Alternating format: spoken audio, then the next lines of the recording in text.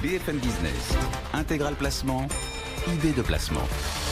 Et tiens, on va parler des retraites puisque Jean-Paul Delevoye a manifestement proposé une nouvelle piste sur l'âge de départ à la retraite. On va en parler avec Jean-Philippe Dubos, rédacteur en chef de toutsurmesfinances.com. Bonjour Jean-Philippe. Bonjour Guillaume, bonne année. Bonne année. Parce que meilleurs vœux. Exactement. Et la santé, c'est important.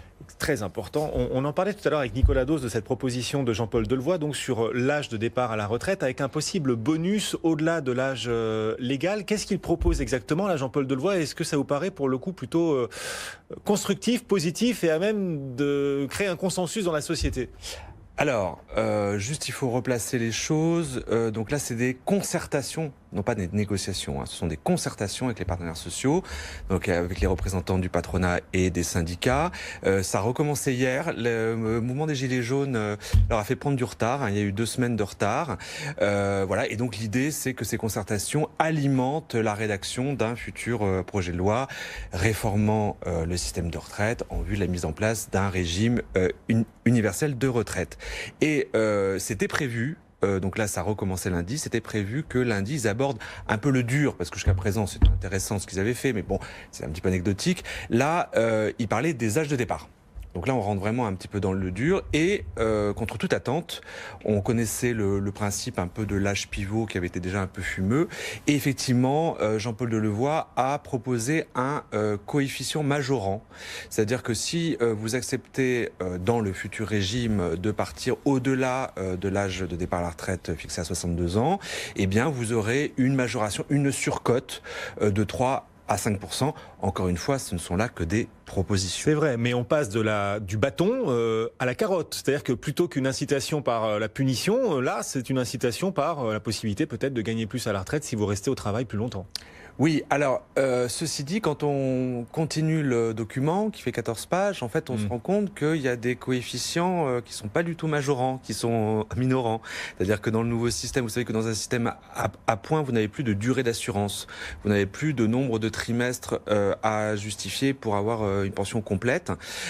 Mais rien ne vous empêche d'avoir effectivement un fameux âge pivot au-delà duquel vous avez un bonus, Voilà. et en deçà duquel vous avez un malus. Ça vous paraît malin ou pas? Il faudra voir d'abord si cette piste véritablement voit le jour, mais est-ce que ça vous semble C'est-à-dire que malin? C'est ce qui a été mis en place depuis le 1er janvier 2019 à l'Agirc-Arrco. Donc Jean-Paul Delevoye aurait bon jeu de dire regardez, c'est déjà en place, nous on va l'étendre. D'accord. Alors justement, on entend parler aussi d'une nouvelle négociation sur les retraites complémentaires du privé. Oui. De quoi il s'agit? Alors c'est Laurent Berger, le secrétaire général de la CFDT, qui a déclaré le 14 janvier dernier sur LCP Public Sénat qu'il fallait rouvrir des négociations sur les retraites complémentaires à Agirc-Arrco, donc pour les salariés. Alors, ce qu'il faut savoir, c'est que vous savez, il y a eu déjà un accord qui a été signé entre les partenaires sociaux en 2015 pour sauver l'Agirc qui était menacé de faillite, et c'est comme ça qu'a été décidée la fusion entre les 2 régimes. Et puis, dans cet accord, il était prévu que, effectivement, en cas de meilleure fortune, eh bien, il y ait des mesures qui soient revues.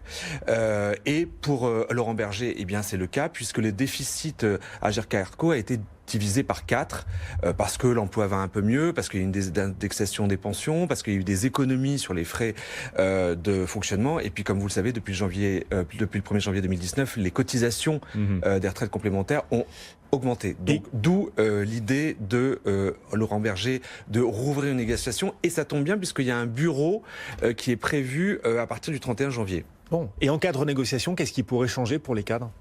Alors c'est pour les cadres et pour les non-cadres, puisque vous savez que maintenant avec le régime unifié Agirc-Arrco, c'est pour tous les salariés.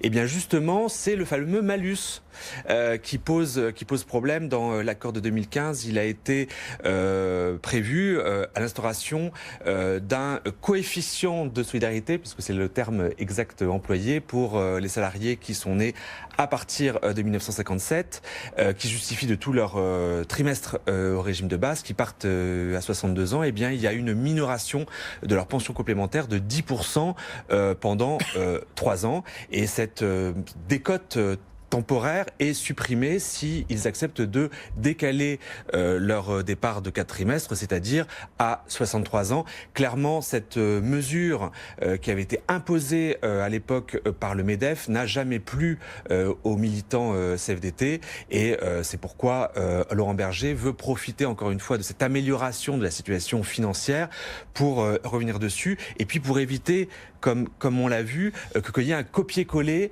dans la future réforme des retraites d'Emmanuel Macron. Il pourrait donc profiter des dernières mesures d'urgence d'Emmanuel Macron pour obtenir au moins un report du malus à défaut de sa suppression. Oui, c'est-à-dire qu'en fait, le gouvernement aide Laurent Berger dans l'idée de supprimer le malus Agirc-Arrco ou au moins de le reporter d'1 an. Alors pourquoi ? Alors c'est très technique, attention. Le 10 décembre dernier, quand Emmanuel Macron a présenté les mesures d'urgence en réponse au mouvement social des Gilets jaunes, il a annoncé que seuls maintenant les retraités qui ont des revenus qui sont supérieurs à 2000 € par mois, des revenus et pas seulement les pensions de vieillesse, seraient assujettis à la hausse de 1,7 point de la CSG qui a été mis en place en 2018. Et ceux qui sont en deçà retrouvent leur taux de 6,6%.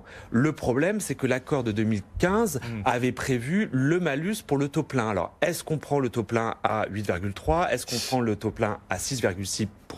Le nouveau président de l'Agirc-Arrco, qui comme par un pur hasard est quelqu'un de la CFDT, propose de le décaler pour 2020, ce fameux malus. En quelques secondes, quelle autre mesure pourrait être renégociée ? J'ai pas de boule de cristal, mais moi je pense qu'il va y avoir une remise en cause de la désindexation des pensions. Vous savez que ça fait depuis 6 ans que les retraités voient leur retraite complémentaire pas ou peu augmenter. Ça serait un bon moyen pour les partenaires sociaux de redorer leur image en cette époque troublée de pouvoir d'achat et de gilets jaunes. Jean-Philippe Dubos, voilà où on en est dans ces discussions, ces concertations quant au futur de nos retraites. Jean-Philippe Dubos qui répondra tout à l'heure à toutes vos questions sur vos placements, quels qu'ils soient. À tout à l'heure, Jean-Philippe. À tout à l'heure, Guillaume. Envoyez-nous vos questions sur notre site bfmbusiness.com. Cédric.